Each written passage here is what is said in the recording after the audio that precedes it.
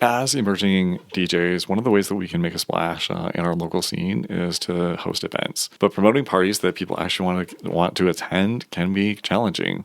So I'm going to share some of the things that I believe made one particular event series that I hosted a success. A little bit of background. So I love the vibe of soulful deep house music in beautiful settings, like, I don't know, really fancy and upscale places. I really feel like that kind of environment lends itself to being able to create connections and have conversations. And so I decided to create this kind of a party in a hotel lobby bar. And this series was fairly successful until COVID. A brief disclaimer though, I have hosted parties before where I did all the things that I knew how to do, and it still kind of bombed a little bit, where there was just the bartender, me, a couple of other DJs, and some of our friends who were also DJs. And so I can't say that this list is a how-to guide, but it is something.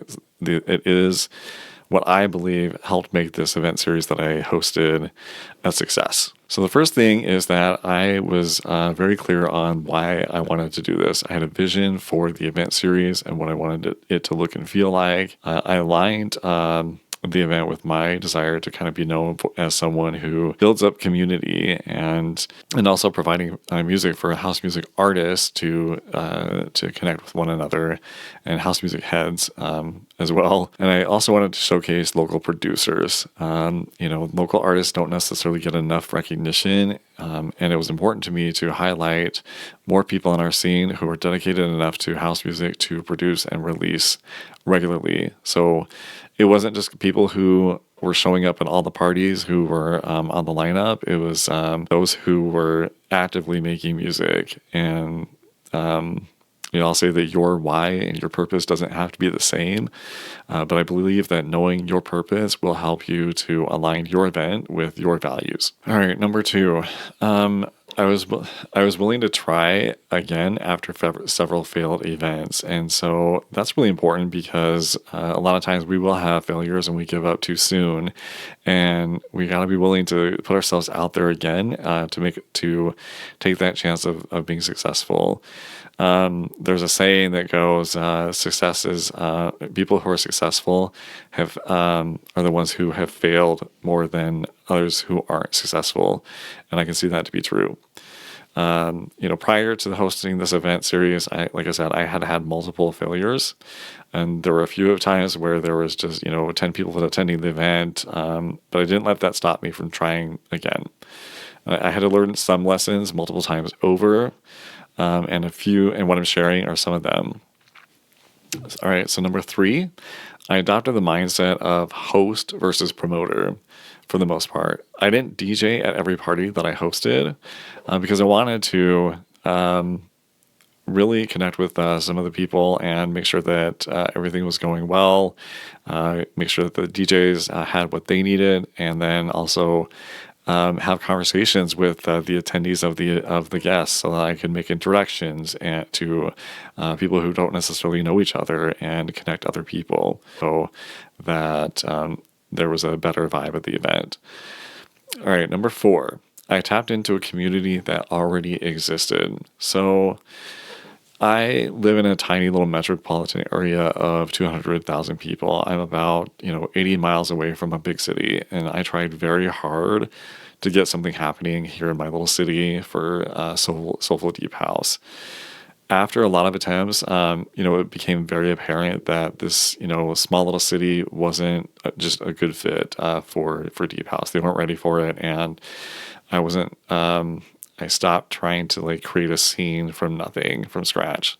However, Minneapolis is about 80 miles from where I live, and the metropolitan area is 3.5 million people versus, the 200,000 that live in where I live. And so it's a much larger city and already has a house scene built in. There's a legacy of house music artists. And so instead of trying to fight with the small market that I was in, I decided to do an event series in Minneapolis. And that did mean driving up, from, the 80 miles that I needed to with all of my gear in tow. And and just making it work from that perspective. But I was able to tap into an existing community, and that helped a lot.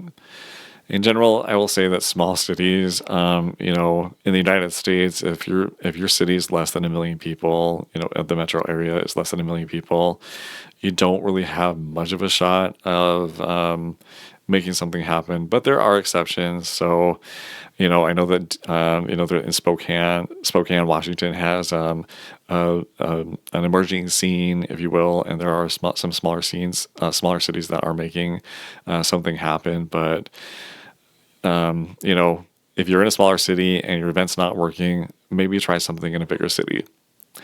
All right, number 5, I thought outside of the box. So, while most of the events in Minneapolis were in sweaty underground, bars, basement clubs, like literally underground in basement clubs, or sometimes at breweries, I decided intentionally to host my event in a beautiful space.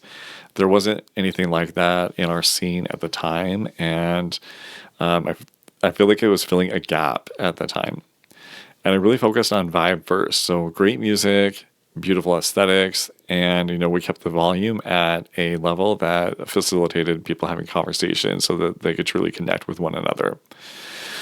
And then I also got creative with a drink special. And I worked with the bar staff and the hotel staff to create a signature drink. And the reason for this is that, a hotel lobby bar does typically have some expensive cocktails, and I needed something that was going to be a little bit less expensive for those who are maybe on a little bit of a budget. The signature drink that we did was $10, and that was the one drink special that they had for the evening.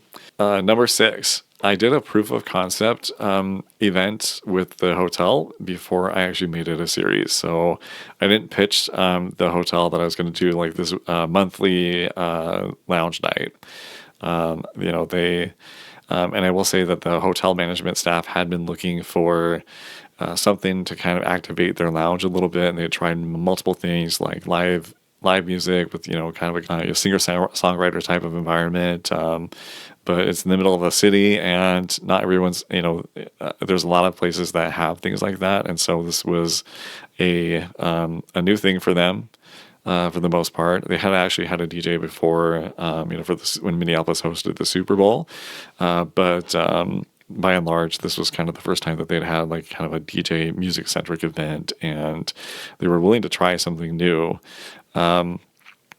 But I pitched it as a proof of concept. I want to come in there, do kind of a release party, and have some of my friends come in and DJ and whatnot. And so, it was, like I said, a proof of concept. It was successful, and the hotel was super excited about making the proof of concept a monthly event. Number 7, I paid attention to details, and I made improvements with each iteration of the event. So, first, of course, is the music. I focused on soulful deep house music that really lends itself to, I don't know, it creates a certain vibe because of its elements of soul, jazz, and funk. I also made sure that I created graphics that had a very specific style, and that had a design that I felt communicated sophistication and elevation, and to get people to kind of get in the mood visually and want to know more about the event by seeing the graphics. All right, and then the first event that we hosted, the lights were on. All the lights were on. I didn't have like anything on the front of my kind of like where I had set up the the DJ area. And so there were a bunch of wires. And so the next event that I did, I purchased a facade that had like some backlighting so that we could have a little bit more of a vibe with the aesthetics, and then also had the hotel staff turn the lights down or off in most cases. And then I also requested the hotel staff that they turn the TV off. It wasn't like a bunch of big screens at the top of the bar like a lot of sports bars have, but there was like a good sized TV kind of in the lounge, and it was a really nice TV, and like the way that it was inset into some of the interior design, but the fact that it was on, I felt like it was kind of distracting from the vibe that I was trying to create. And also, I'll say that there is no TV programming that will fit the vibe that you're going for. Unless you custom make, some visuals. And so it was really important for me to have the TV off for the aesthetics, but also so that there was one less distraction from people enjoying the music and having conversations. I mean, we already have enough distractions with phones, and so having the TV off was one less distraction.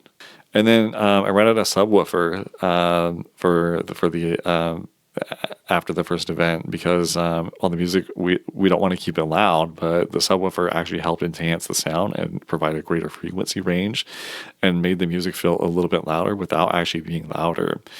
And so that was another improvement that I made. Focusing on details, I made checklists for everything that I had to do, and I part of that was so that I could remember all of the details, but also so that I could focus on making sure that the event was as successful as it could be. When you have a system for something, it helps with the mindset, and it definitely helped me to have clarity and be able to focus on the success of the event and the people side of the event rather than all of the operational tasks as much.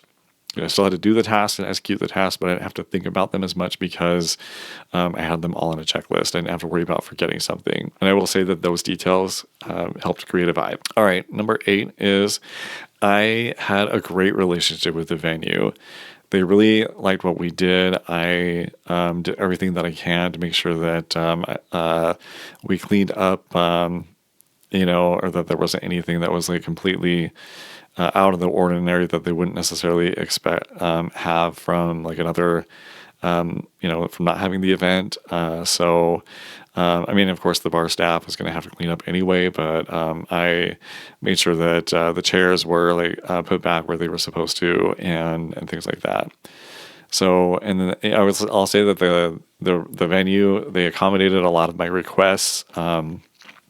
Like I mentioned, having the TV, turning the TV off, I was able to get some drink tickets for the DJs. Just having that great relationship with the venue goes a long way.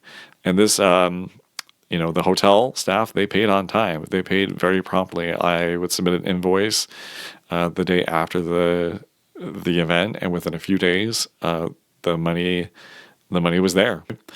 I haven't covered everything that I believe makes a successful every event, so leave a comment below of what you think makes a successful event. And, together we can learn from each other, create better experiences and events, and have enjoy a more connected house music scene.